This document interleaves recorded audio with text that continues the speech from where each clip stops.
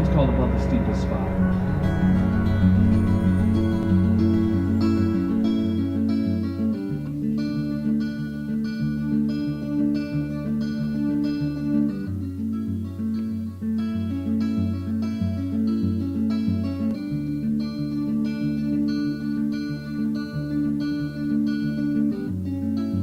Lost my footing, balancing a steeple spire.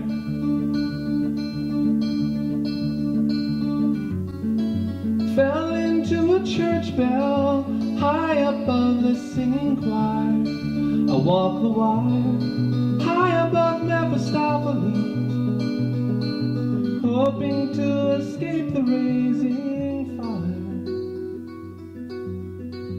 Oh, the raising fire. I had, seen him around before that and knew of Mark and was familiar with, certainly with 25 to Life and some of his other music ventures. But no, he just came across as a, great guy, kind of a kindred spirit, like a truth seeker, songwriter,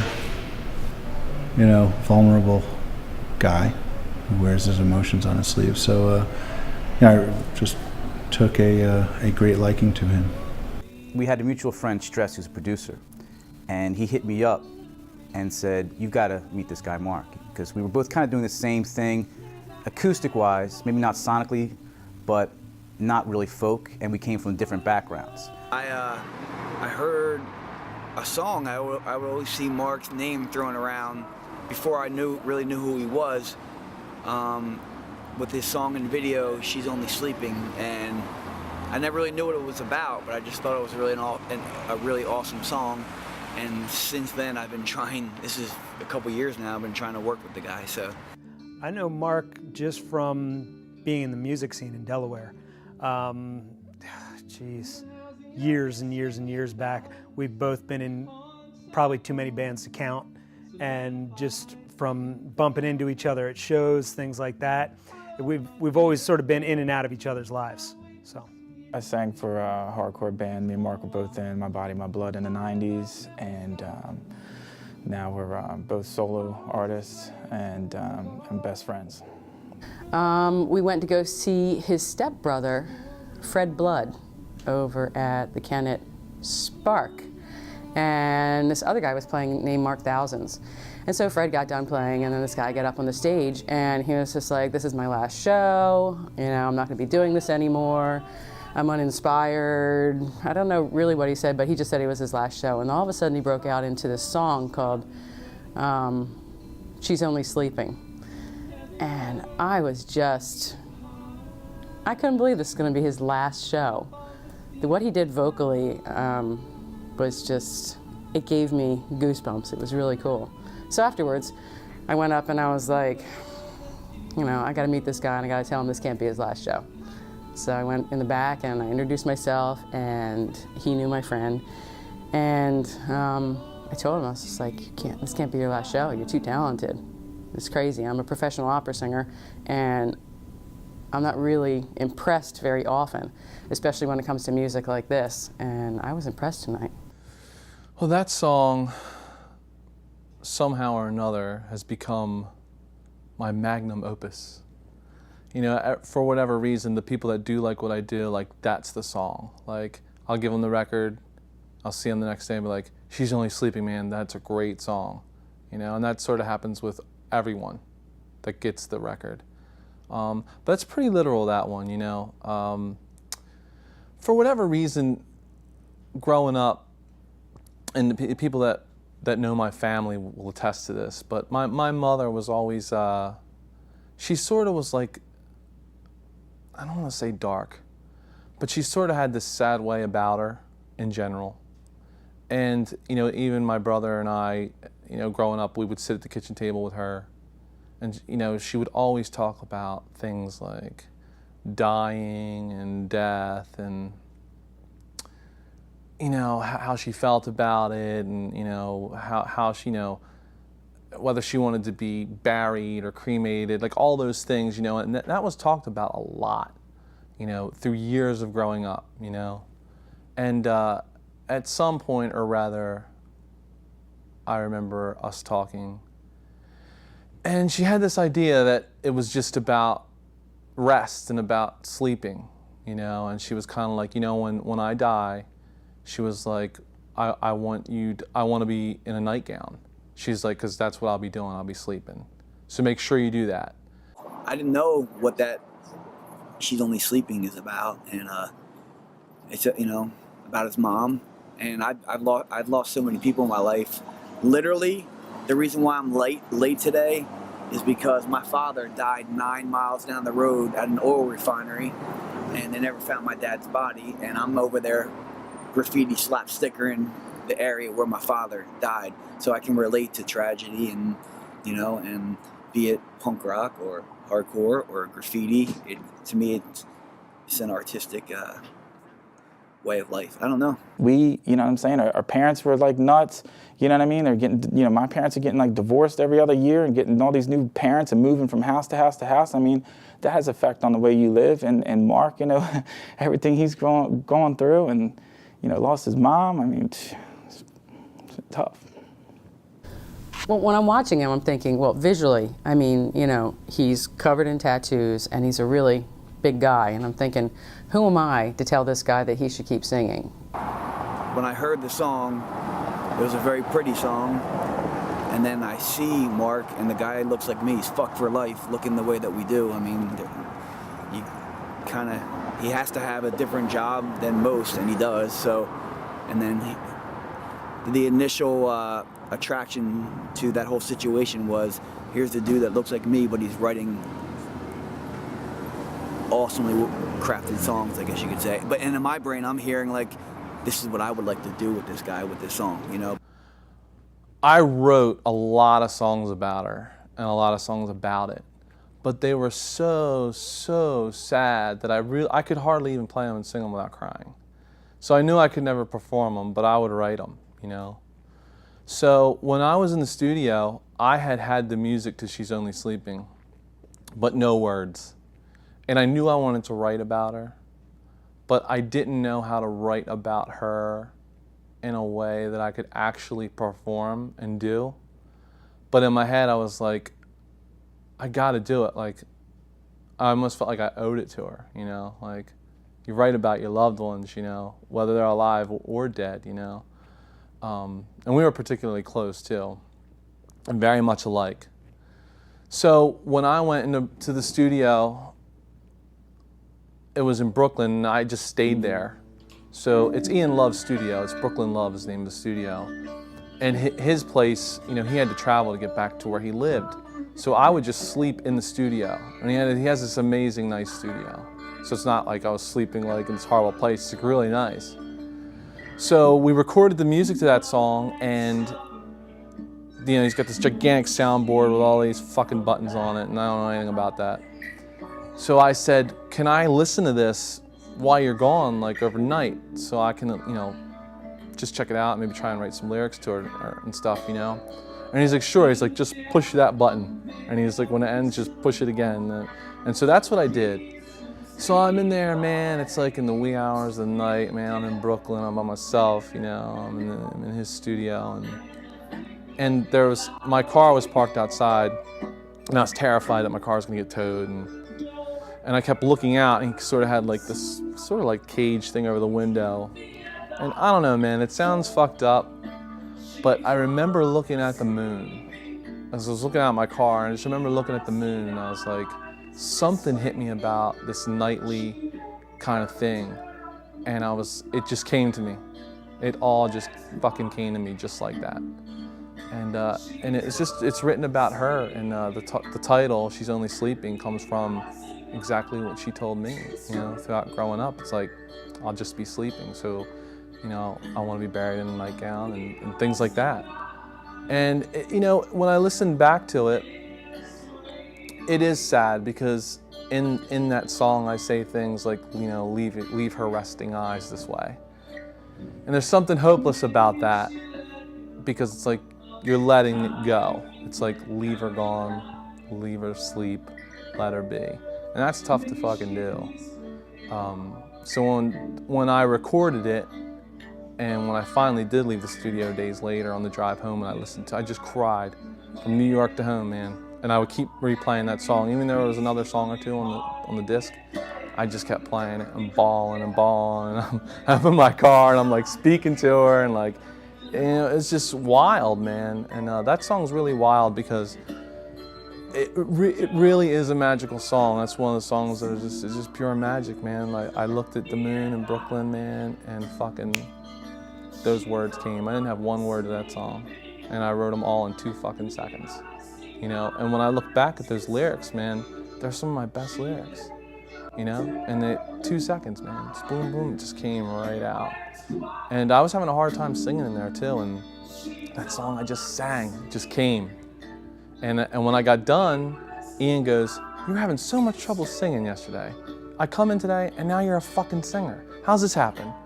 You know? And in my mind, I kind of knew why it happened, but I didn't say it to him. I'm like, I just kind of made something funny up because I didn't even want to get into it, you know? But yeah, that's where that song comes from, man. It's a real special song, and it seems to be the one everyone seems to like.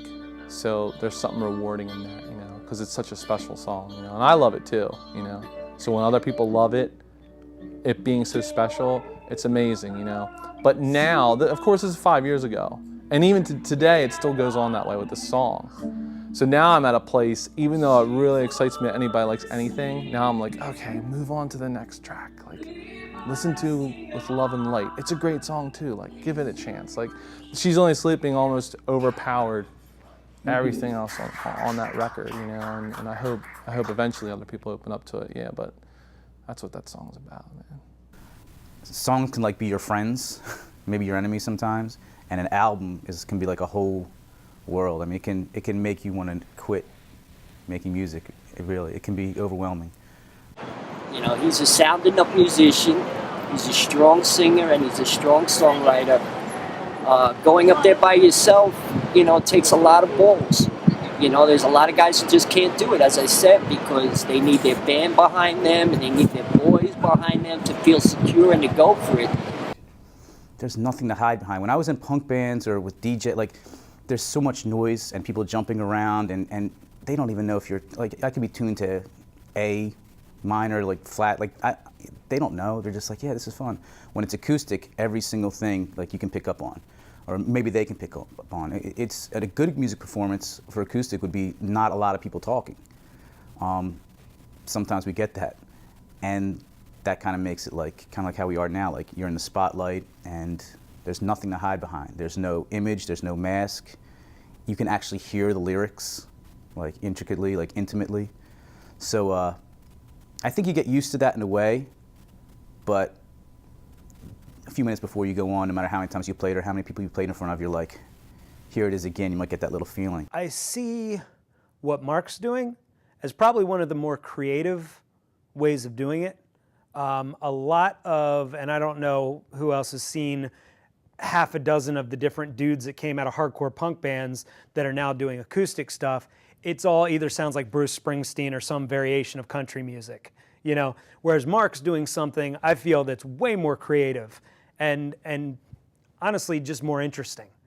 And I hope that it works out for him. You know, it's sort of hard to tell sometimes with just how fickle people can be and stuff like that, and how they like to latch on to certain trends and things where they'll listen to people or bands just because they sound like other bands.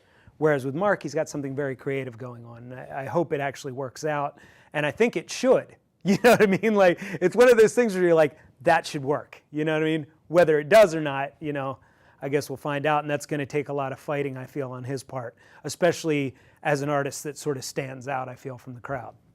I just remember inviting him to my apartment in New York and sitting down and playing. He was really nervous, but you could tell he had some really good stuff. And it's been great watching him progress from that point. He was so self-conscious and so almost like choked up. Like, these really great songs wanted to come out of him, but he was really incredibly self-conscious and uncomfortable. So I was just really trying to pull out, you know, the good stuff that I was hearing in there. And you could see it, the layers melt away, and he started to open up. because like I already consider Mark a real successful musician. Yeah, I feel like he's the top of his game as far as like being a musician. And I mean, I don't think that Mark is just doing this like for an audience or to gain like this huge exposure. I think that the way I see it, I think Mark's doing it like, you know, from his heart. You know, it's definitely, his music is really truthful. And so what I'd like to see from him, I'd like to see the success he deserves, you know, more success, you know, as far as recognition goes. I think he deserves way more recognition, but as far as the music and lyrics and stuff like that, I think it's really on point. I think, you know, it's dark, but at the same time, it's coming from like a hard place in his life, and I think that's where he like writes the best stuff. And I think there's like beauty in that, you know. I most of the stuff really just comes from, it's all love songs really in one form or another, you know. Whether they're really bright, like with Love and Light that's a really bright love song, you know, or they're the other side of love, you know. It's just tragic and sad and longing and desperation, all that stuff, and that love seems to be the stem of all the songs, really. So when we played, it was like a humble little tattoo party shop, you know, and we were talking. I was like, this guy's really cool. I know he had good songs, I had heard them, but he opened up with Love and Light, and it was beautiful. I mean, I seriously got chills, and I don't think I ever really was that impressed with an opening of any artist. I mean, and I've seen a lot of great artists, and I kind of knew the song too, but it was just everything became quiet. It was almost like symphonic, and it made me immediately like the song more within about 30 seconds. But I remember like physically getting chills, being like, this is beautiful. Like this guy who I was just talking to, you know, I didn't know he could do this. And that's what's the good balance, I think, about his music, is that he's a great singer-songwriter. Just when you relate stories to someone, he's a warm dude, you know. Likewise myself, I'm very, I really don't like people. Even though I seem like I do, I think people are kind of shallow and cold and scumbag-ish, you know. But Mark's not like that, and I think it carries over in his songs and the way he speaks. I think the next thing is to get a new record out, because the one that my debut record has just been out for so long, because it takes me forever to write a song. So finally, I've got enough songs for a new record, been recording that, and it's definitely a lot different than the last one. It's a synthesis of what I already do. The essence of just a vocal and acoustic guitar, you know, but sonically, like, we've just painted so many textures over top the root of the song. And it's just very different, because I didn't want to do another, you know, just a continuum of the last one. And, you know, singer-songwriter, I don't mind the connotation, because it's a matter-of-fact connotation, but at the same point, people have a certain picture they put with that, which is lonely, solo guy playing his guitar and singing, which is fine. But I feel like I was really engrossed in that on the first one. So this one I wanted to just really be not looked at so much as singer-songwriter, kind of, just music. I'm in love with you.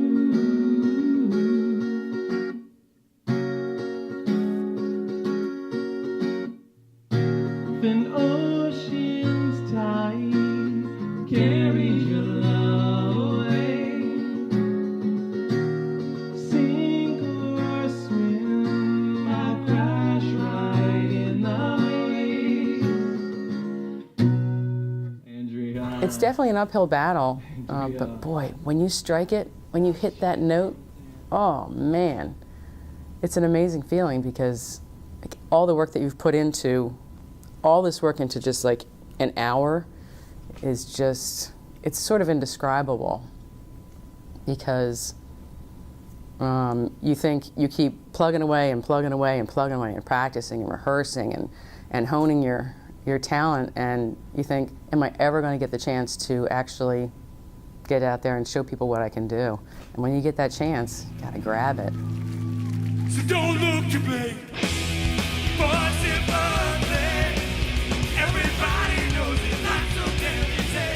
Oh, no, you got to play. Little every day. Let the memories make. Fuck outside me.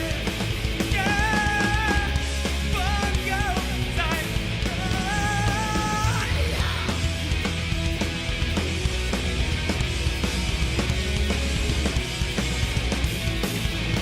Yeah, yeah.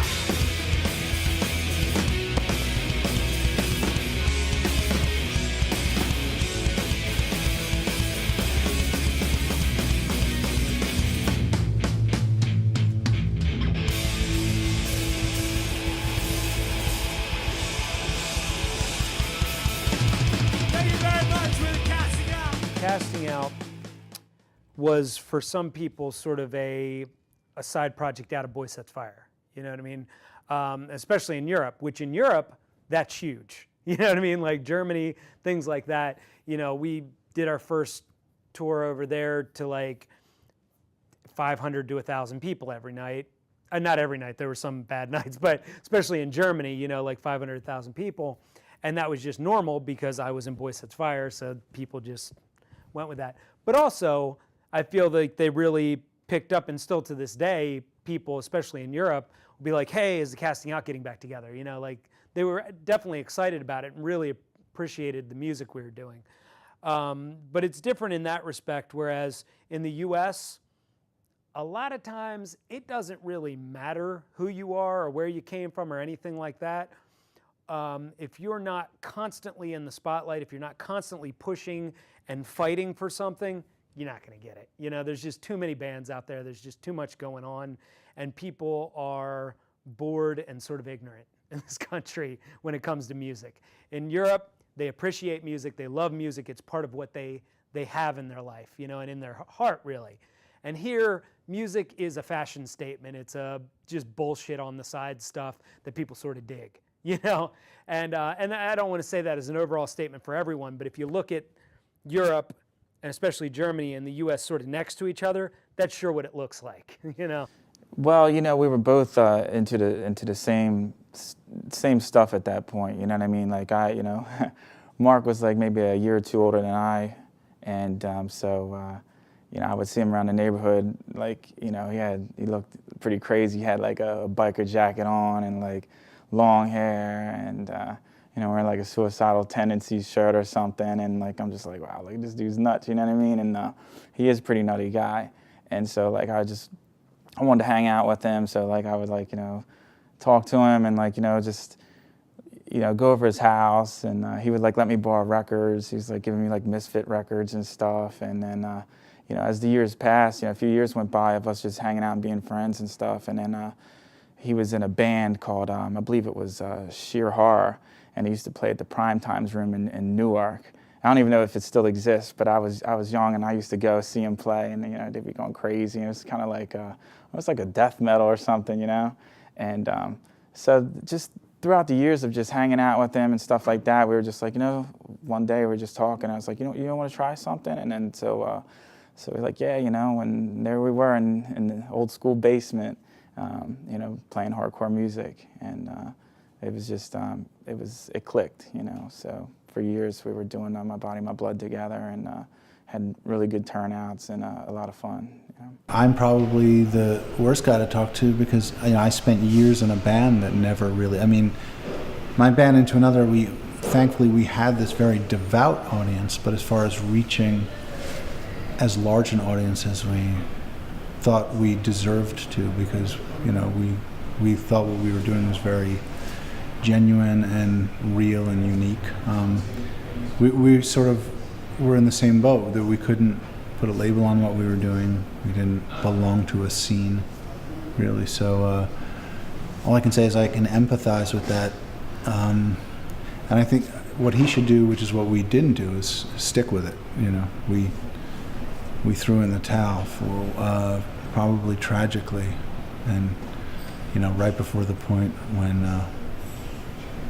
things probably would have turned a corner, But yeah, I think all you can do, now when I look back at especially a lot of my favorite artists, and I realize how persistent they were and how prolific they were. They just never stopped writing and performing, and for so many of even the biggest artists, there was they were on the precipice of complete oblivion and never being successful, and they just pushed through, whereas we didn't. Trying to find an audience today versus what it was like for me starting out 30 years ago is much different. 30 years ago, the music was just starting out, and you were able to not only find your identity, but also at the same time you were in search of an audience that was looking to check out so many different sounds. And I was blessed that, we were able to touch the right people and able to get to the people that we wanted to. As far as trying to find an audience today, it's much different. I don't know, for me it was a little bit easier because I came up in the hip hop world, and I came up in the hip hop was my work music, punk rock, hardcore music, reggae music is what I would listen to trapped on an island, That said, a lot of that music, some of the punk rock is very simple, but there's a lot of pop aspects, catchy, And Mark trying to make that transition, he shouldn't abandon the things that he came up on and his influences. So they like you, Mark. So he shouldn't abandon his little things he's brought with him from punk rock and hardcore, whatever he does. I mean, that got him to where he is, Sometimes those things, if he's trying to take it to a next level, and this is just my opinion, certain things need to be polished, certain things maybe could be simplified. It depends on the song, but he should also, coming from one world and going to the next, he should respectfully use the backs of people he's worked with to help him get to the next level, respectfully, because, Mark may be doing a two-step fucking Oi song in fucking 1986, and then all of a sudden he decides to, do some really super poppy fucking shit that's not Mark. It wouldn't transfer, So there's a lot of people that are like that, make popular, great music that come from a punk rock background, You'd be surprised how many punk rock dudes are in the production game that have their hands in big records, And I think Mark has that potential to do that. For me, coming from like New York hardcore, coming from 25 to Life and Coming Correct, like these super hard New York City bands, and it's like you almost have to do extra work to get away from it. And not that I want to abandon, places where I've been and came from, but artistically, it's like you got to feel liberated. Like I have to detach. I think his audience is devoted because they've seen so many different sides of him musically and probably personally also. And so I think they're just really interested in his story. It's about live performance. And if you can take a great song and make it even better live, which he does, that's where I think the draw is. That's where I think his strength is. We had a lot of local success, at the kids. We were kind of right place, right time, and we weren't generic, and that has a lot to do with Mark, really, because he was always, like I said, he might listen to be into all this hardcore, Suicidal and Agnostic Front and stuff, but at the same time, he's listening to Joni Mitchell or something like that, and so with all that combined, the way he played was pretty abstract on guitar, which I think set us apart from your generic, grunting and stuff. So we were more like a quote unquote post-hardcore band. So that gained us like a lot of success. I think me and him together, it's kind of like I don't know, like Axl Rose and Slash or something, you know, where they just like the two of them together formed like this magical thing, and that's kind of what it was. So we had a lot of local success, and then we started playing in Philadelphia and stuff, and then we got on a small record label and put some stuff out. So just being around, you know, the Baltimore, Philly, and Delaware, you know, we were growing, you know what I mean. But it was also it was a hard time because like some of the other bands that you know, a few that were doing maybe, you know, a little bit better than us, that I noticed that you know, I'd find out a little bit about them, and like these kids, like I look at their like practice spot, and their practice spot was like these, you know, huge homes, and like, you know, like their parents had all this money, and like they had like all this backing, and like we didn't. We were like these kids from like, you know, like I said, Richardson Park and Ellesmere. We didn't have like all this money backing and all this support. It was just us, you know. And you know, our parents like hated us for it, you know, like what the hell's all this noise, you know. But so, you know, it was kind of, it was definitely hard, you know what I mean? It was harder for us because we didn't have any like guidance on the business aspect of music. We were just out there doing it, and so I think things would have, you know, we would have been even more successful had we had like, you know, a little bit more help. But we were like, you know, we were just young, getting into trouble, and just trying to do a band, and so some of that ended up being, you know, holding us back just a little bit, getting too involved in the street aspect of some of the music instead of just, you know, we weren't just a band, like we definitely lived it, you know what I mean? We lived it, and to this day, I mean, even though, you know, Mark does, you know, solo acoustic and stuff like that, you know, I think we'll still always like kind of like be hardcore, you know what I mean, the way we live and stuff like that, you know. We'll still go to the mall and like almost get in a fight in a parking lot or something, you know. Well, I think it relates in a lot of ways. I know like one of the guys that Mark really respects, Rufus Wainwright, is a big influence on him. And I think that's awesome because the stuff that Rufus Wainwright's doing, that scene in general, is doing something so different and cool. You know, I mean, it's like, I guess growing up, I was always just, everything was punk and heavy and, you know, all that. And I feel like I've gotten to the point now, not necessarily that I hate heavy music anymore, because I'm actually doing another band now called I Am Heresy that's just, it's ridiculous. It's just a bunch of noise, and it's very heavy and metal and noisy and crazy. And I still enjoy that, but I feel that I guess I now have a lot of respect, and I really love a softer album that can grab me. You know, it's sort of easy to grab somebody with a bunch of screaming and noise. You know, you're like, whoa, it just sort of hits you. But when you can get that same intense feeling out of something, I'd say like a band like Anthony and the Johnsons, like blew my mind. You know what I mean? When I started hearing it, and it's almost one of those times where you just want to go be by yourself and really take it in. And I feel like Mark has that potential, you know what I mean, with what he's doing to give people that feeling. And that's what I like about it. And I don't think that I normally am attracted really to acoustic or soft music, but I think it's because a lot of it out there can be shit sometimes. It doesn't challenge you. It doesn't, a lot of the bands that are trying to challenge right now are more in the noisy variation or louder or whatever, and a lot of the bands that are more acoustic or with piano or softer aren't as challenging sometimes. But there's this whole new sort of subgenre of bands and artists that are out there challenging people now, and I feel that Mark could very easily place in that. A friend, before I put the record out, and a friend heard it, and he goes, you know, when I first heard this, man, like I thought it was gonna be like Dashboard Confessional or something, man, you know? And he's like, and it's totally not. It's like, it's totally different than that. And that's kind of like the theme that I try to carry on. Like, I don't wanna be like the ex-hardcore punk rock guy that takes a punk rock hardcore song and instead of playing on an electric guitar, just kind of strums out on the acoustic guitar, and all of a sudden, like, that's not what I want to do, you know? So I think going back to that song, here it's just like this sweet song, falsetto vocals, very androgynous style vocals, and it being a challenge, I was like, that's a song that I gotta do, man, because no one will expect me to play that song. You know? It's a great song too, you know?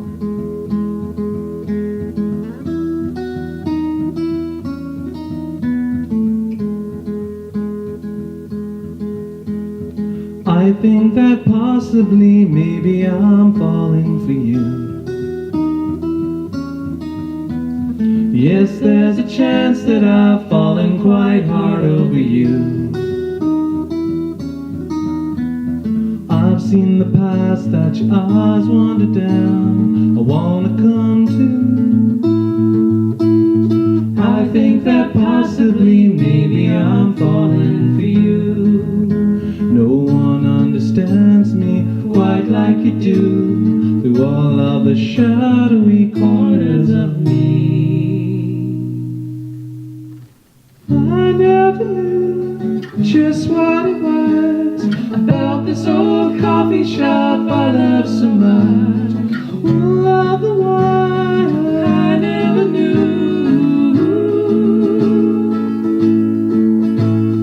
I never knew just what it was about this old coffee shop I love so much.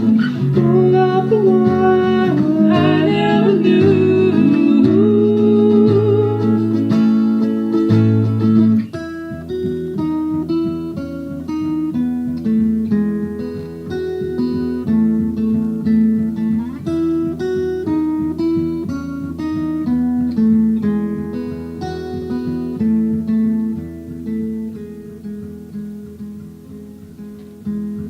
I think that possibly, maybe I'm falling for you. Yes, there's a chance that I've fallen quite hard over you. I've seen the waters that make your eyes shine. Now I'm shining too. All because I've fallen quite hard over you. If I didn't know you, I'd rather not know. If I couldn't have you, I'd rather be alone. I never knew just what it was about this old coffee shop I love so much. All of the while I never knew.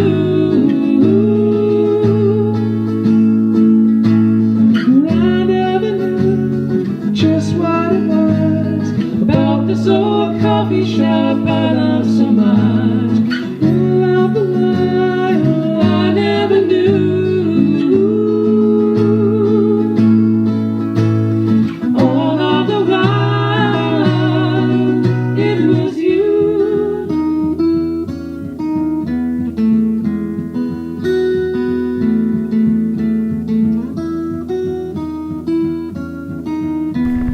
I would just love for him to just click on a large scale with a whole bunch of people who are moved by what he's doing and are touched by it, and just find that audience. That he's got an audience, but it could certainly be very much larger. I think that a lot of people dig what he's doing, and I think again the only way to really break through to that larger audience now is persistence and playing live a lot. There isn't really a record business anymore. If you're not like a runner-up on American Idol, or if you're not within a few select genres, you don't. People are probably stealing your music, and some of them might buy it at shows, but if you're, there's nothing like a live performance, and I think the more he plays, the larger his audience will get. There have been plenty of bands, certainly not even hardcore bands or bands that had anything to do with the hardcore scene at any time, who completely made it by playing live. I mean, do you hear Fish on the radio? Or, a million bands. Metallica were together for a very long time before they were ever on MTV or on the radio, and they were selling out arenas because they never stopped playing. So I think Mark should just play and play and play. I mean, in hardcore, you talk about a lot of things too. You're talking about like loss. You're talking about love and things like that, and bonds you make with people and stuff like that. So I don't think the transition is that hard to do. You know what I mean? I think that Mark still talks about, in his music, about love and the struggles and things like that. And so I still feel almost like a hardcore message in that. You know what I mean? It's just, you know, I think the music is a little bit different, and the music has matured. But I mean, as far as you know, as far as the transition, I think he made an awesome transition. I think he's still the same Mark. You know what I mean? But just you know, presents the messages in a different, more poetic way. You know, but he's still the same guy that's been through the same stuff, and he's still, you know, talking about you know, bonds and love and loss and struggle and stuff like that. And like I said, a lot of his songs take me to like a dark place, but at the same time, it's like showing like a light in that dark place, you know what I mean? And so I don't think the transition was hard for Mark, you know? It's a long transition, but I don't think it was hard, you know? I think it's all natural. Everything he's doing is what he's doing, and it's not fake, you know what I mean? Mark's like not trying to do this. It's like he's doing what is totally natural and real for him, you know? I don't see Mark like trying to be somebody or trying to sound a certain way. He's doing what is Mark, you know? I think for anybody that's been playing for a while, as you evolve as a musician and artist, not only what has inspired you, the experience you get is what helps you really define yourself as an artist. And this is not about, you know, your identity or your style, but I think all the nuances become more acute to you. And that's important because it helps you to establish the chops that you need to feel more secure and to go on. He's not going to give up. He's not going to quit. He's a great guy. I mean, I've known him. We've argued a lot. But he's one of my best friends. He's deep down. He's a really good guy, and he has a lot to say. You know. And if you're an artist and you're introspective, and if you have a lot of experiences, and you have a lot of love in your heart, you have to say it, or you're just going to drive yourself crazy. He's too bright for that. He's going to keep making music, you know, and it's going to be good music, you know. It makes for the things he's been through, the things he tries to communicate, makes for some really, really good songs, you know. So in my opinion, and I've had to encourage him sometimes. I think he, you know, and he's probably had to do it to me too. I'm optimistic about his career, but more so about the permanence of the beauty and power of the songs he's already written. What Mark was singing was this really sensitive, emotional music about love, really. And so I think no matter what he sings, it always comes from a place of love, whether it's hurt or elation or excitement or anger even. I think it always comes from a place of love. And so I think that's what drives him. Play more, you know. That's a challenge. It's always going to be a challenge. Just being a soloist, acoustic performer, it always seems to be harder to get shows, you know. It's especially for what I do, you need a certain type of environment and vibe, and it's tough to get gigs, you know. I'm hoping that more people will just sort of show up and it'll become more of a thing, and that'll open the doors to be able to play more, you know. Because clubs, man, these guys, it's just about the draw. They really don't give a fuck about what you're doing, you know. And we all got to eat, you know what I mean? Everybody's got bills to pay, and I totally get that, you know what I mean? But I feel like that there's certain ears out there that are in large enough numbers that could fill places up, you know. It's just a matter of reaching them. So I hope this new record reaches some of those people, because I need them, and it'd be great to play more, you know.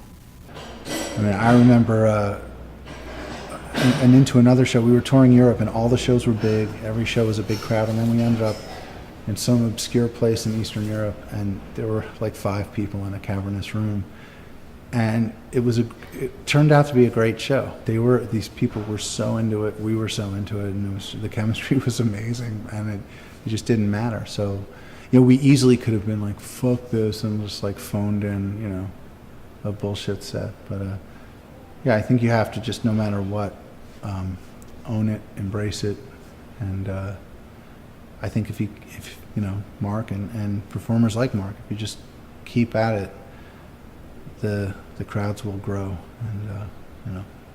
He looks at it and he's just like, I think he kind of questions whether people get it, you know what I mean? And I hear that, you know, when he talks to me and stuff, you know, it's like, I just don't think, like, you know, I talk to people, I don't know if they get it, you know, get what I'm doing. But I don't cut them off or say, well, maybe you should try this, or maybe you should do more of this, because, I mean, you're doing it for you know what I mean? You're doing it for, you know what I mean? Obviously, you want people to enjoy it, and I think he has kind of a cult following. You know what I mean? If, you know, and I don't think, you know, I think that's a good thing. You know, I really do. I think, you know, he's got a cult following and doing something that he loves. I mean, I think that's great. You know what I mean? I wouldn't guide him in any other direction than the one he's going.